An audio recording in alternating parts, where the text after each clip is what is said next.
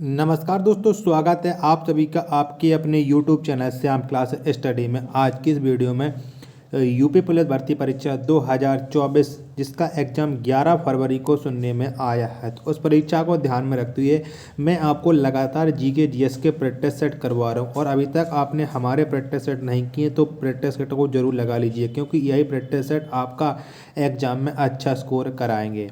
और अगर आपको ये प्रैक्टिस सेट पसंद आए तो वीडियो को लाइक कर देना। चैनल को आपने अभी तक सब्सक्राइब नहीं किया होगा तो चैनल को आप जरूर सब्सक्राइब कर लीजिएगा। और इस प्रैक्टिस सेट को आप अपने सभी दोस्तों के पास जरूर शेयर करना जो भी आपके साथ यूपी पुलिस भर्ती परीक्षा 2024 की तैयारी कर रहा है और इसमें हर हाल में सिलेक्शन लेना है। सिलेक्शन आपका जब ही होगा जब आप लगातार प्रैक्टिस सेट करते रहो, क्योंकि प्रैक्टिस सेट एक ऐसा जरिया होता है जिससे हमें पता चल पाता है कि हमारी तैयारी कैसी चल रही है।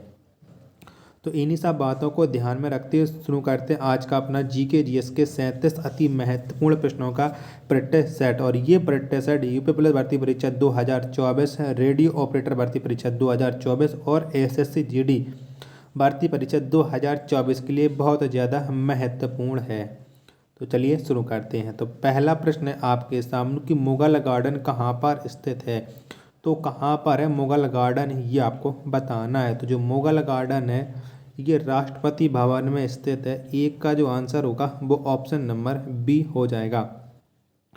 प्रश्न संख्या 2 है आपके सामने कि रेगिस्तान का जहाज किसे कहा जाता है। तो किसे कहते हैं हम रेगिस्तान का जहाज। तो ऊंट को हम रेगिस्तान का जहाज कहते हैं। क्या? ऊंट को रेगिस्तान का जहाज कहते हैं। 2 का आंसर ऑप्शन नंबर डी हो जाएगा।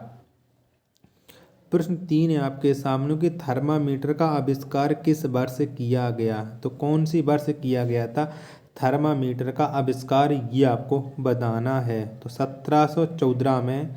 कब? 1714 में थर्मामीटर का आविष्कार हुआ था। 3 का आंसर ऑप्शन संख्या ए हो जाएगा। प्रश्न संख्या 4 है आपके सामने कि केन शुगर को क्या कहा जाता है। तो क्या कहते हैं हम केन शुगर को, ये आपको बताना है। तो क्या कहते हैं? तो केन शुगर को हम सुक्रोज कहते हैं। क्या? सुक्रोज।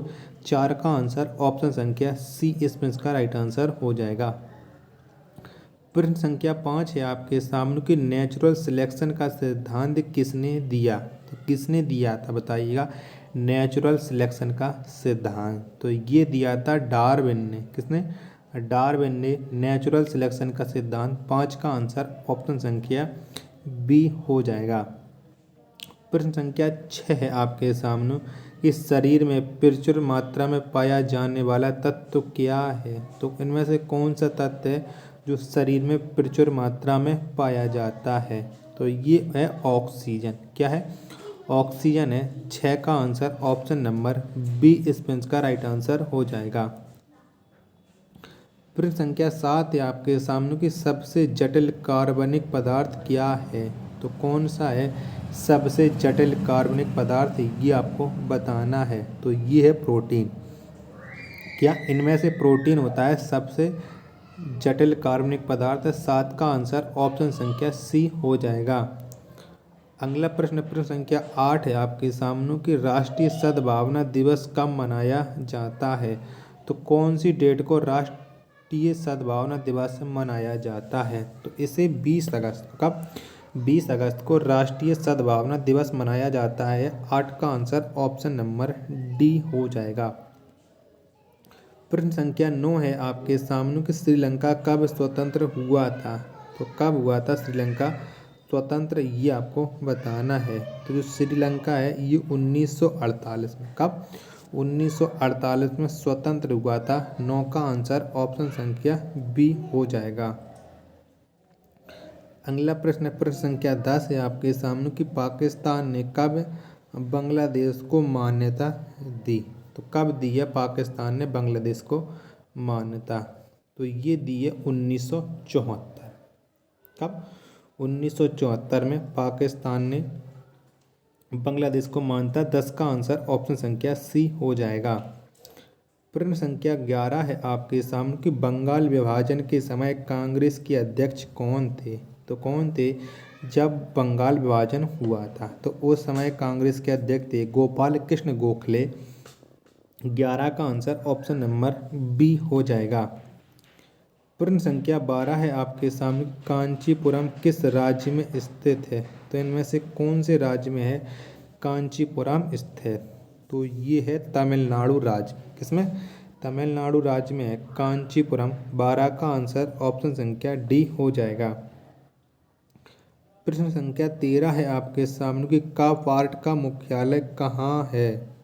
कहाँ पर है कापार्ट का मुख्यालय? तो ये है दिल्ली में। कहाँ पर? दिल्ली में। 13 का आंसर ऑप्शन नंबर ए हो जाएगा। प्रश्न संख्या 14 है आपके सामने कि बौद्ध शिक्षा का वर्णन किसमें मिलता है? तो किसमें मिलता है बौद्ध शिक्षा का वर्णन? तो ये त्रिपिटक में मिलता है बौद्ध शिक्षा का वर्णन। किसमें? त्रिपिटक में। 14 का आंसर ऑप्शन संख्या बी इसमें इसका राइट आंसर हो जाएगा। प्रश्न संख्या 15 है आपके सामने कि शिशुनाग वंश ने अपनी राजधानी कहाँ बनाई थी? तो कहाँ पर बनाई थी शिशुनाग वंश ने अपनी राजधानी? तो ये बनाई थी वैशाली में। शिशुनाग वंश ने अपनी राजधानी। 15 का आंसर ऑप्शन संख्या सी हो जाएगा। प्रश्न संख्या 16 है आपके सामने कि प्राचीन काल में अवंती की राजधानी कहाँ थी? तो कहाँ पर थी प्राचीन काल में अवंती की राजधानी? तो उज्जैन थी प्राचीन काल में अवंती की राजधानी। 16 का आंसर ऑप्शन संख्या डी हो जाएगा। प्रश्न 17 है आपके सामने कि कलिंग का महान शासक कौन था? तो कौन था कलिंग का महान शासक? तो कलिंग का महान शासक था खारवेल। कौन? खारवेल। 17 का आंसर ऑप्शन संख्या ए हो जाएगा। प्रश्न 18 है आपके सामने कि ब्राह्मी लिपि को स्पष्ट पढ़ने का श्रेय किसे जाता है? तो इनमें से किसने ब्राह्मी लिपि को स्पष्ट पढ़ा था? तो वो है जेम्स प्रिंसेप। कौन? James Prinsep. 18 का आंसर ऑप्शन संख्या सी हो जाएगा। प्रश्न संख्या 19 है आपके सामने कि मंदिरों की किस शैली को नागर शैली के नाम से जाना जाता है? तो कौन सी शैली को जाना जाता है बताइएगा। 19 का आंसर क्या हो जाएगा? तो मंदिरों की मंदिरों की उत्तरी शैली को नागर शैली के नाम से जाना जाता है। 19 का आंसर ऑप्शन संख्या ए हो जाएगा। प्रश्न 20 है आपके सामने कि महाबलीपुरम स्थित एकात्मक रथों का निर्माण किसने किया? तो किसने किया था महाबलीपुरम स्थित एकात्मक रथों का निर्माण? तो ये किया था नरसिंह वर्मन प्रथम ने। 20 का आंसर ऑप्शन संख्या डी हो जाएगा। प्रश्न संख्या 21 है आपके सामने कि राजस्व सुधारों को सर्वप्रथम किसने चलाया था? तो किन्होंने चलाया था राजस्व सुधारों को? तो सर्वप्रथम इसे चलाया था अलाउद्दीन खिलजी ने। किसने? अलाउद्दीन खिलजी ने। 21 का आंसर ऑप्शन संख्या बी हो जाएगा। प्रश्न 22 है आपके सामने कि नवरोज पर्व को किसने प्रारंभ किया था? तो इनमें से कौन से शासक ने नवरोज पर्व को प्रारंभ किया था? प्रश्न संख्या 22 का आंसर तो ये बलबन ने किया था नवरोज पर्व को प्रारंभ। 22 का आंसर ऑप्शन संख्या सी हो जाएगा। प्रश्न संख्या 23 है आपके सामने कि बुलंद दरवाजा को किसने बनवाया था? तो इनमें से किसने बनवाया था बुलंद दरवाजा को? तो ये अकबर ने बुलंद दरवाजा को बनवाया था गुजरात विजय के उपलक्ष्य में। 23 का आंसर ऑप्शन नंबर ए हो जाएगा। प्रश्न संख्या 24 है आपके सामने कि दीन ए इलाही धर्म को अकबर ने कब चलाया था? तो कब चलाया गया था दीन ए इलाही धर्म? तो अकबर ने 1582 में चलाया था दीन ए इलाही धर्म। 24 का आंसर ऑप्शन नंबर डी हो जाएगा।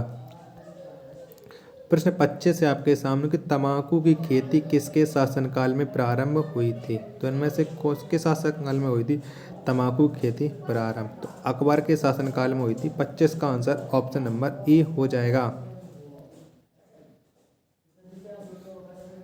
प्रश्न संख्या 26 है आपके सामने कि अकबर का राजस्व मंत्री कौन था?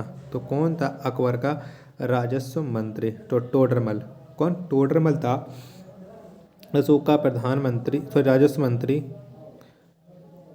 अकबर का राजस्व मंत्री टोडरमल था। 26 का आंसर ऑप्शन नंबर ए हो जाएगा। प्रश्न संख्या 27 है आपके सामने, ख्वाजा मोइनुद्दीन चिश्ती की दरगाह कहाँ पर स्थित है? तो कहाँ पर है ख्वाजा मोइनुद्दीन चिश्ती की दरगाह? तो ये है अजमेर में। प्रश्न संख्या 27 का right answer option number D हो जाएगा। प्रश्न 28 है आपके सामने कि जंतर मंतर का निर्माण किसने करवाया था? तो किसने करवाया था जंतर मंतर का निर्माण? तो जय सिंह ने करवाया था जंतर मंतर का निर्माण। 28 का आंसर ऑप्शन संख्या सी हो जाएगा। प्रश्न 29 है आपके सामने कि दक्षिण भारत से उत्तर भारत तक भक्ति आंदोलन को किसने चलाया? तो किसने चलाया था? तो दक्षिण भारत से उत्तर भारत तक भक्ति आंदोलन को चलाया था रामानंद ने। 29 का आंसर ऑप्शन संख्या बी हो जाएगा।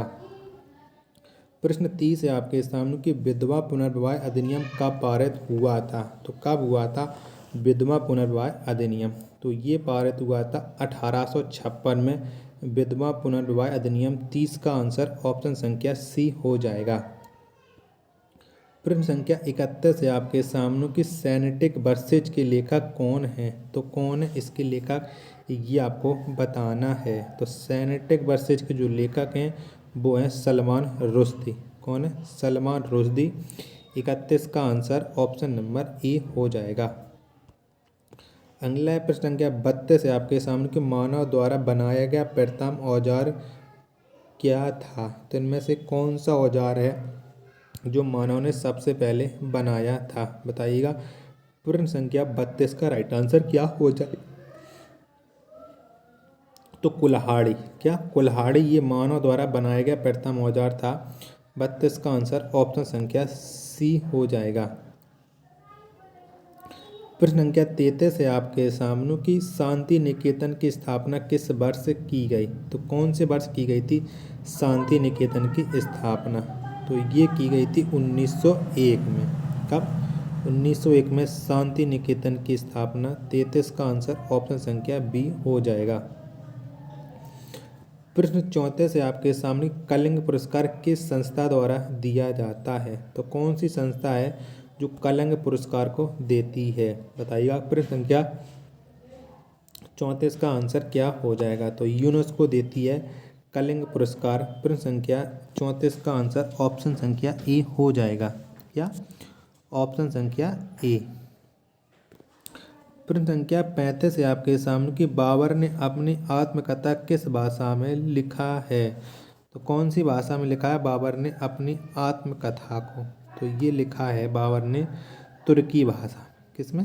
तुर्की भाषा में अपनी आत्मकथा को। तो प्रश्न संख्या 35 का राइट आंसर ऑप्शन संख्या डी इसमें का राइट आंसर हो जाएगा।